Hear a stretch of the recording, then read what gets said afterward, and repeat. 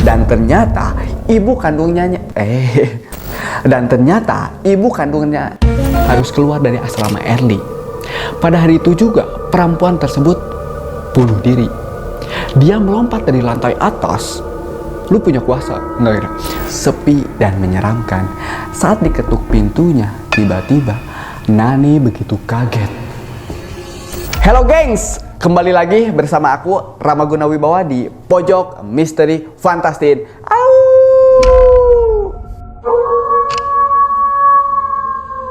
Nah, kemarin banyak banget yang request di kolom komentar buat ceritain cerita horor di sekolah.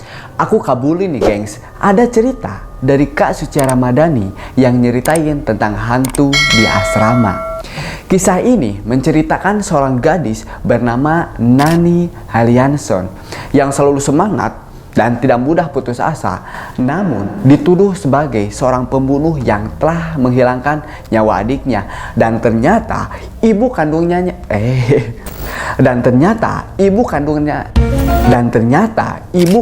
lah yang telah menuduh Nani sebagai pembunuh. Karena tuduhan itu, Nani disekolahkan di asrama Early oleh ayahnya. Namun di asrama tersebut, Nani selalu mendapatkan keganjilan dan keanehan. Apa saja keanehan yang dialami Nani? Bagaimana Nani menghadapi keganjilan di asrama? Sebenarnya ada apa dengan asrama Early? Ini dia ceritanya. Jeng jeng jeng. Namanya Nani Halianson, dilahirkan dari keluarga yang tidak menyayangi sepenuh hati. Sepi, sunyi adalah temannya setiap hari. Ibu yang seharusnya menjadi teman curhat di kala sedih, penyemangat di kala senang, tapi tidak bagi Nani. Ibunya sangat dendam kepada Nani seperti dendam kepada pembunuh. Ayah Nani tidak bisa berbuat apa-apa. Neneknya lah yang saat ini masih memberikan semangat untuk meneruskan hidup. Nani seperti hantu yang tidak diinginkan keberadaannya di rumah. Sampai akhirnya ayahnya meminta untuk menjaga keempat adiknya. Namun ibunya menolak dengan kasar dan mengeluarkan kata-kata yang melukai Nani. Dia tidak bisa menjaga mereka. Dia hanyalah anak yang tidak berguna. Parah banget gak sih seorang ibu ngeluarin kata-kata kayak gini kepada anaknya? Kok jadi ikut kesel ya? Tapi tetap sih gengs, yang namanya ibu itu kan memang harus dihormati. Jadi teringat lagu ini deh. Ibu, kaulah wanita yang mulia. Kalau era jadi era. Meskipun ibunya menolak, namun ayah Nani tetap meyakinkan ibunya kalau Nani dapat menjaga adik-adiknya. Saat kedua orang tuanya pergi, hujan mulai turun, hari mulai gelap. Nani menutup jendela. Keempat adiknya masih asik dengan mainannya. Gemuruh petir mulai terdengar, membuat keempat adiknya ketakutan. Namun mereka tidak mau berlindung kepada Nani selaku kakak kandungnya sendiri. Mereka menganggap bahwa Nani merupakan seorang penghancur. Ya Allah, gini banget keluarga. Doktrin apa sih yang ibunya tanamkan kepada adik-adiknya? Oke, next. Semua berubah ketika petir menyambar bertubi-tubi. Tapi Nani melihat ada bayangan besar, dan bayangan besar itu kayak lagu Disney gitu. You break my heart, break my heart. Gila, ini lagu enak banget. Nggak kayak gitu, gengs. Tetap seri kaget, guys, keren gitu. Nani melihat ada bayangan besar, dan bayangan besar itu kayak membawa sebilah pisau yang ujungnya begitu tajam. Kilatan petir memantulkan benda tajam berwarna perak. Bayangan tersebut mendekati keempat adiknya. Ah, ini mah hanya halusinasi. Nani segera bangun dari duduknya yang selalu di pojok dan menyendiri. Tapi seret, Nani teriak sejadi-jadinya, "Tidak!" Semua berubah 180 derajat. Kejadian yang begitu cepat dan berubah segalanya. Keempat adiknya meninggal dibunuh dengan tragis. Mainan dan bajunya penuh dengan darah semuanya. Kejadian yang menimpa Nani 2 minggu lalu menambah rasa benci ibu semakin menjadi-jadi. Ibu menganggap Nani seorang pembunuh yang telah membunuh keempat adiknya. Nani merupakan orang yang selamat dari pembunuhan yang ternyata dilakukan oleh pamannya sendiri. Namun, ibunya menyangka jika yang melakukan pembunuhan tersebut adalah Nani. Sehingga ibunya sangat dendam kepada Nani. Ayah Nani merupakan salah satu orang yang masih menyayangi Nani, hingga dia memutuskan untuk menyekolahkan Nani di asrama Erli. Asrama Erli yang berada di Berg, kota yang sangat jauh dari rumah Nani. Meskipun tidak sepakat atas pilihan ayahnya, mungkin ini menjadi jalan terbaik bagi Nani dan ibunya. Nenek ikut mengantarkan Nani ke asrama Erli. Di sana, Nenek langsung menyerahkan Nani kepada suster yang bekerja di asrama Erli. Suster tadi mengantarkan Nani menuju ruang makan. Nani melihat sederet kamar yang begitu menyeramkan kalau dilewati sendirian. Sebuah pintu besar dan tua diketuk suster. Tok, tok, tok. Tidak lama, pintu itu terbuka. Terlihat ratusan murid asrama Erli menatap ke arah Nani dengan tatapan aneh. Suster meminta Nani untuk berjalan menuju Miss Emil. Wanita itu adalah kepala sekolah asrama Erli. Nani berjalan dengan pelan. Setiap langkah kaki Nani diperhatikan murid-murid asrama Erli. Seringkali mereka berbisik, sudah pasti sih anak baru selalu menjadi bahan pembicaraan yang oke buat bahan gibah. Miss Emil menyuruh Nani untuk memperkenalkan diri. Setelah itu, Nani diantarkan oleh suster menuju kamarnya nomor 133 yang berada di lantai atas. Kamar 133 merupakan kamar yang paling pojok, sepi dan menyeramkan. Saat diketuk pintunya, tiba-tiba Nani begitu kaget. Itu adalah kamar dua perempuan yang ditemui Nani saat di ruang makan. Namanya Sila Anastasia dan Ki. Sila. Kok namanya familiar banget ya? Udah next. Teman-teman, tahu nggak sih, Gi itu sangat unik loh. Dia mempunyai kemampuan yang bisa melihat ke belakang dan masa depan. Keren banget nggak sih? Tapi sebagian orang menganggap dia itu aneh, sehingga nggak ada tuh yang mau berteman dengan dia. Hanya Sila yang begitu setia menemaninya. Wih, Sila emang terbaik. Bagaimana tidak, awal mula pertemuannya dengan Nani, dia langsung bilang, kamu pindah ke sini pasti gara-gara ibu kamu kan? Macam intel ya, semua informasi dia pasti tahu. Seiring berjalannya waktu, mereka mulai akrab dan mengenal satu sama lain. Gi bercerita bahwa 3 tahun yang lalu, di kamar 133, di kamar yang mereka tempati, ada seorang perempuan yang selalu sendirian. Hingga akhirnya ia dipanggil oleh Mr. Tom. Mr. Tom merupakan salah satu guru pada saat itu. Nah, next, karena nilainya kurang, Mr. Tom menulis keterangan bahwa perempuan itu harus keluar dari asrama Erli. Pada hari itu juga, perempuan tersebut bunuh diri. Dia melompat dari lantai atas. Lu punya kuasa, enggak kira? Di lantai atas karena malu dan merasa tidak berguna karena dikeluarkan dari asrama Erli. Setiap malam 23 Februari, dia akan muncul dan mencari Mr. Tom. Padahal Mr. Tom sudah tidak mengajar lagi tuh di asrama Erli semenjak perempuan itu meninggal. Perempuan itu bernama Piole. Tapi gini teman-teman, bayangin. Piole itu meninggal karena nilainya kurang. Dia itu bunuh diri.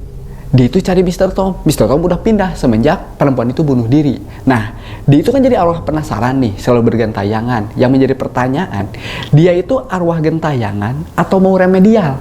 Nyari Mr. Tom. Nah, pokoknya ini arwah lucu banget deh. Oke, next.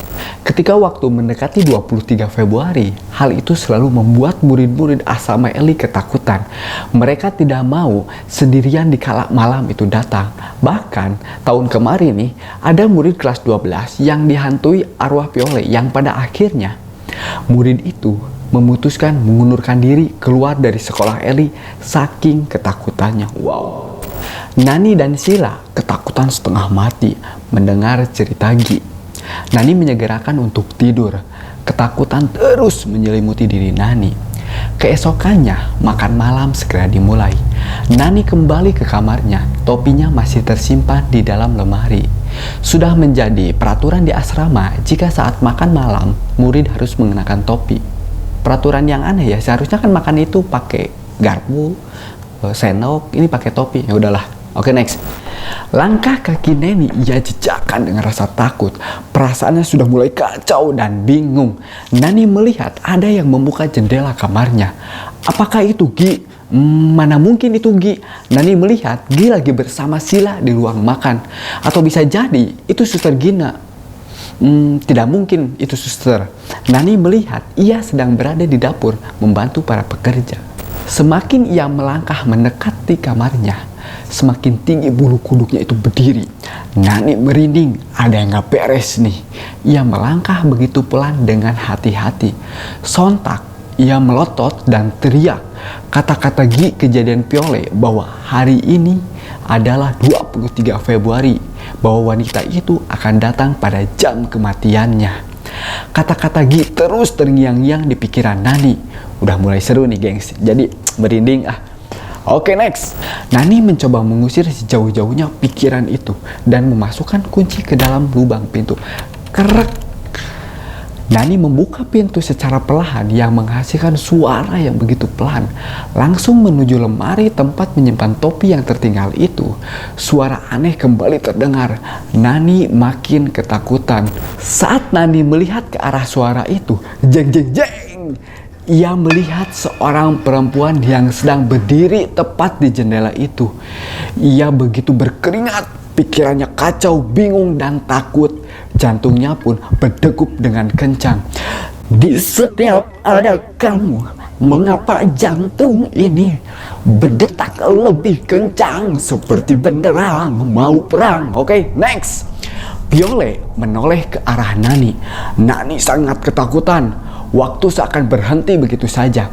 Nani tidak tahu harus berbuat apa. Ia mundur dengan perlahan. Piole berbicara bahwa dirinya itu malu. Ia merasa hidupnya itu sendirian. Hidupnya merasa tidak berguna.